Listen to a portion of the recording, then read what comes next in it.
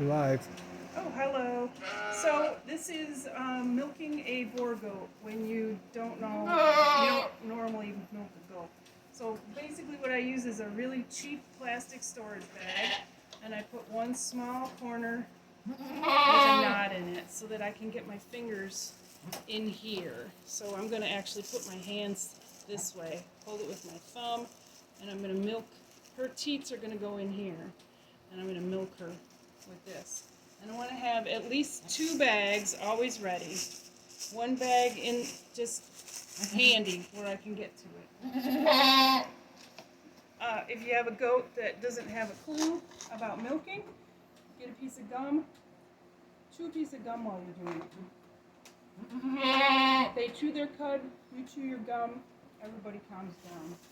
It's pretty amazing, actually. You don't want to give her too much grain, but give her some. That'll keep her standing still because she doesn't know what she's doing. She's not a milkmaid. This is Queen. Queen was born in 2014. It is 2021. She is an old lady. She's in good shape. She's 75% boar goat, 25% Nubian. We're going to use hobbles because she is not a milk goat. The trick with the hobbles is to remember which side is going to Velcro to what. They're going to go in through the loop, and then they're going to hook on. Her little leg is going to be right in there. Real easy.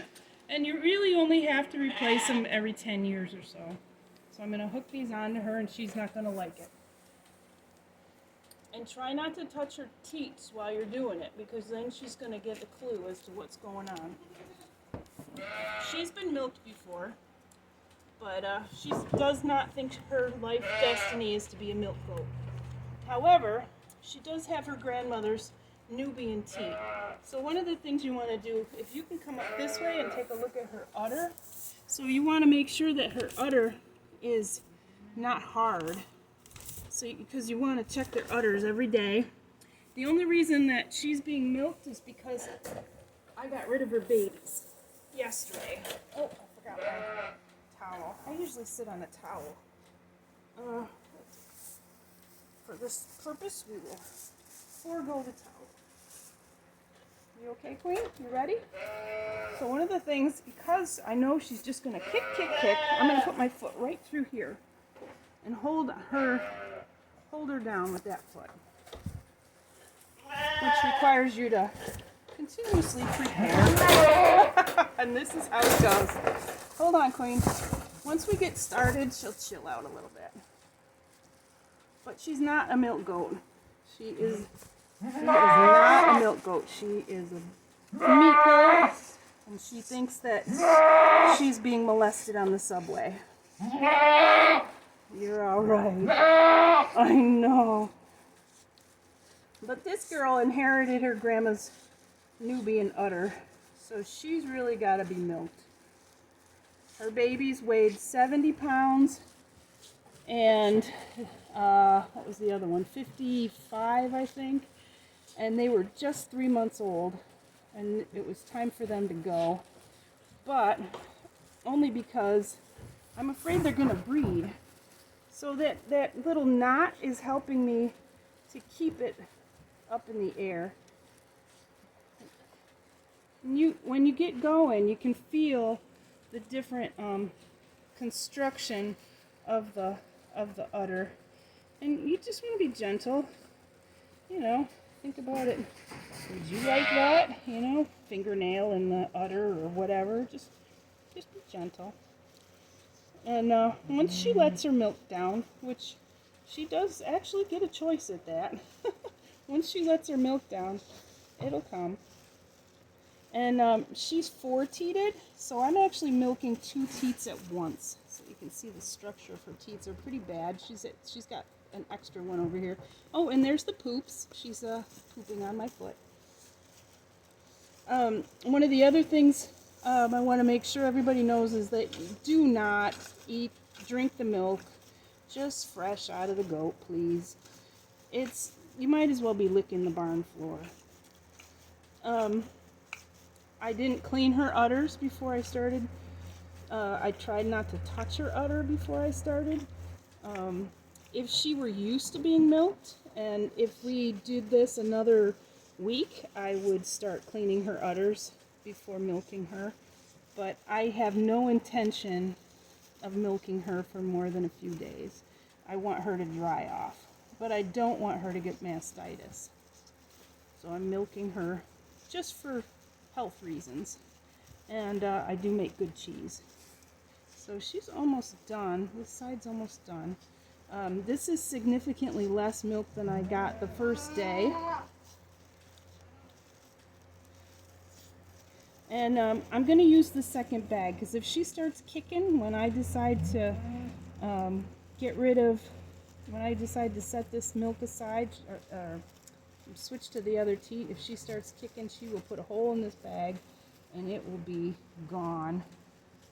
Okay, here we go. Come on. Poops on me still. What a monster.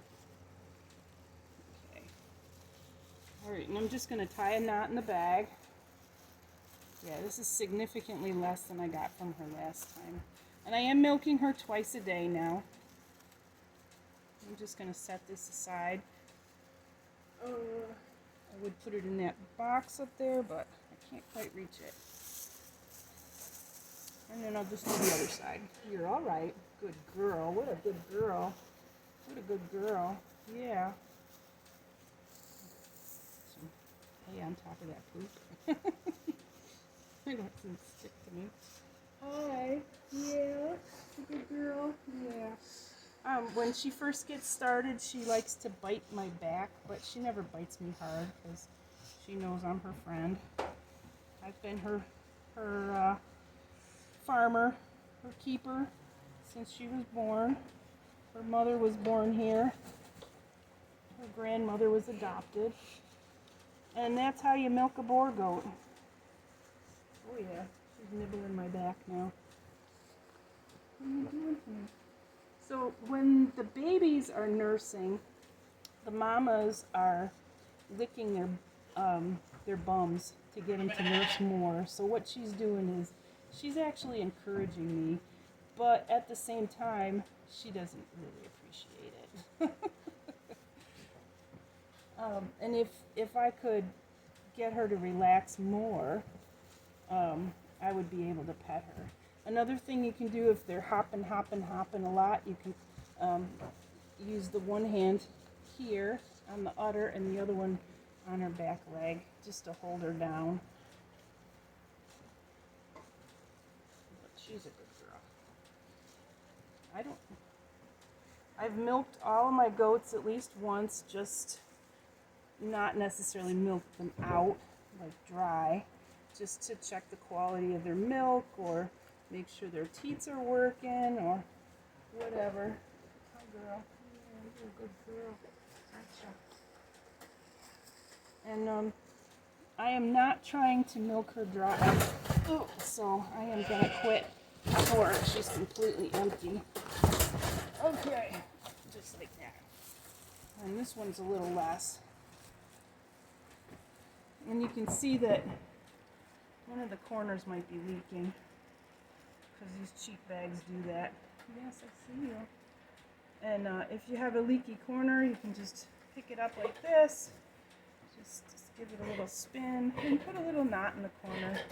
No big deal. Oops, no big deal, she says. Sometimes they just end up, when the goat's doing her kicky thing, sometimes you'll end up with little holes in the bags. But remember, these bags are not sanitized. They're sitting on the barn floor. When you get in the house, you need to rinse them off. Make sure that none of this yuck ends up in your milk if you can. But this is just for health of the goat. It's not necessarily because you need to have milk. Hi, are we done? We're done. Thank you.